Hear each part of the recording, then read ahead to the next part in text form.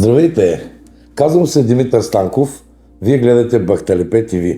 Ако темите, които развиваме тук, ви дават стойност, абонирайте се за канала, хареснете видеото и го споделете.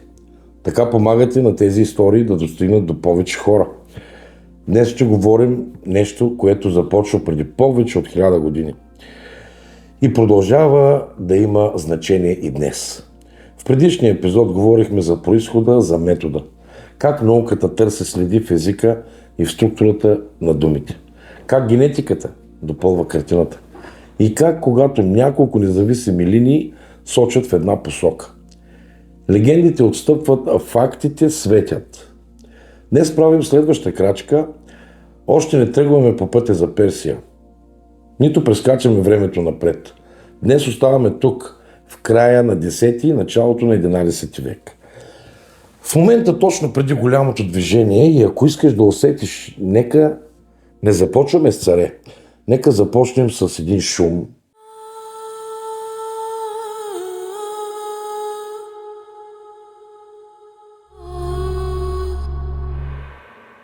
Представи си една сутрин в Северна Индия, преди повече от 1000 години. Пазарът се събужда. Мирише на подправки и дърво. Чуват се гласове. Удря се метал в метал. Някъде ковач прави инструмент. Някой поправя колело. Някой мери плат. Някой носи вода. Животът кипи. Това е свят на ред и традиции. Свят, в който повечето хора знаят къде им е местото. Кой обработва земята, кой произвежда, кой търгува, кой служи и кой командва. Но под тази нормалност има нещо, което не се вижда от първият поглед на човека. Политическата власт е разделена. Северна Индия по това време не е една централизирана държава. Регионът е разделен между княжества и династии. Всеки владетел има своите закони, свои данъци и своя войска. Когато властта е разделена, животът може да е богат и шумен, но не е и сигурен. Защото граници са много, таксите са различни, понякога пътят свободен, понякога пътят затворен. И сигурността не е даденост, сигурността е въпрос на контрол. А сега си представи какво означава за обикновения човек.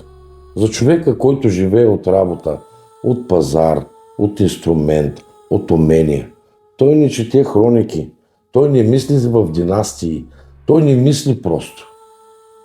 Той си мисли единствено, ще има ли работа утре, ще мога ли да мина по пътя, ще ме спрат ли, ще ми вземат ли стоката, ще се прибира ли жив. И точно в такъв период северо-западния коридор започва да тежи като съдба. Това е зоната, която свързва Северна Индия с земите отвъд иранския свят и Централна Азия. Тогава хората не говорят със съвременни държавни имена, говорят с регионални названия. Гандхара, област, която стои като прак между световете. Кабулистан, земите около Кабул в района на днешен Афганистан.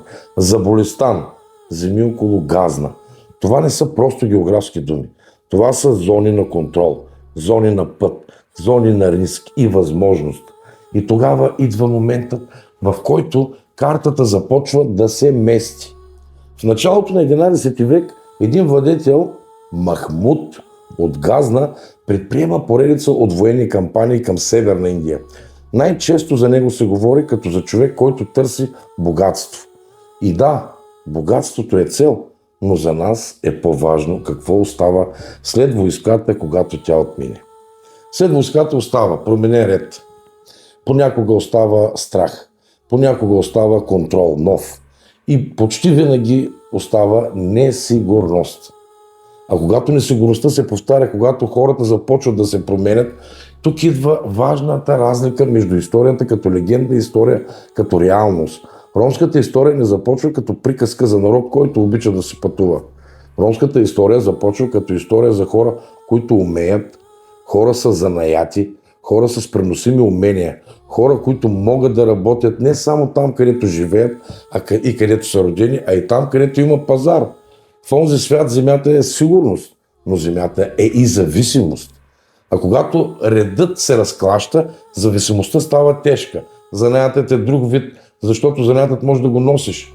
Ковачите носят огънни ръце, майсторът носи знания и инструменти, човекът, който поправя колелата и карото си, носи решения, музикантът си носи гласа и памет, търговецът носи връзки, усет.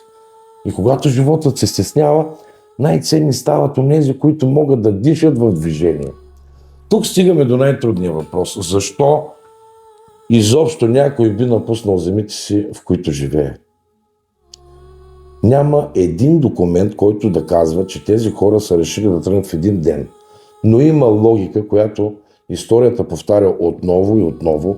Хората тръгват, когато останалото започне да струва твърде скъпо. Когато правилата се сменят твърде често. Когато данъците растат или стават непредвидими. Когато по пътищата има повече риск. Когато покровителството изчезва. Когато поминъкът се свива. И в същото време хората тръгват, когато чуят, че някъде има шанс. Не фантазия, шанс. Пазар, който работи, коридор, по който минават стоки, град, който има нужда от майстори, място, където умението ще струва повече. Това са много човешки причини и точно за това са истински. Но пък не всеки може да тръгне. Повечето хора са вързани за земята си, за местната общност. За тях тръгването е почти невъзможно. По-вероятно е да се движат хора и групи, които имат преносим поминък, които могат да изкарват хляб и на друго място. И тук започва да се оформя една важна истина за ромската история. Когато зад гърба ти няма държава, общността става щит. Но щитът работи, ако има ред. В движение се раждат практични правила, как се вземат решения, как се разпределя работа, как се пазят децата, как се пазят възрастните, как се гаси конфликт преди да се разцепи групата. Това изобщо не е романтика. Това е дисциплина. Това е социална технология за оцеляване. И още нещо. За да не попаднем в мит, това движение не започва като един ден всички станали и тръгнали. По-често започва на малки стъпки. Някои тръгват сезонно на работа, някои се местят към по-сигурен район, някои се включват към поток от търговия, после се чуват други, после се появяват връзки, после движението се повтаря и с времето това, което е било отделни решения, започва да изглежда като път. Но ние днес оставаме тук точно преди първите големи стъпки и казахме какво трябва да се запомни от този период. В края на 10-ти, началото на 11 век, Северна Индия е политически разделена. И северо-западния коридор има променлив контрол и военен натиск. Икономиката се пренарежда, рискът по пътищата расте. В общности с преносими умения имат възможност да реагират и това е фонът, в който започва да се ражда движението. Ромската история не е история на слабост, тя е история на труд, история на умения, история на хора, които са носили прехраната си в ръцете си и са намирали място в свят, който не им е давал лесен живот. Днес често говорим за ромите само през стереотипи, но ако се върнем назад, ще видим не стереотип, ще видим човешка сила. Сила да се адаптираш, без да се предадеш. Сила да оцелееш, без да загубиш себе си. Сила да запазиш общност, когато светът около теб се променя. Ако си мислите, че това е лесно, грешите. Ако тази тема ви е интересна, напишете коментари какво мислите и отново се абонирайте за канала Бахталепет ТВ, харесайте видеото и го споделете. Историята не е просто минало, тя е огледало и въпросът днес е същият, както тогава. Как реагираме, когато средата около нас не се променя? Страх ли ние, търсим ли път или ни се иска? Защо понякога оцеляването не е въпрос на сила, а на гъвкавост? Много въпроси има, приятели. Аз съм Димитър Станков, това беше Бахталепет ТВ. Чакам ви в следващия епизод. Благодаря ви.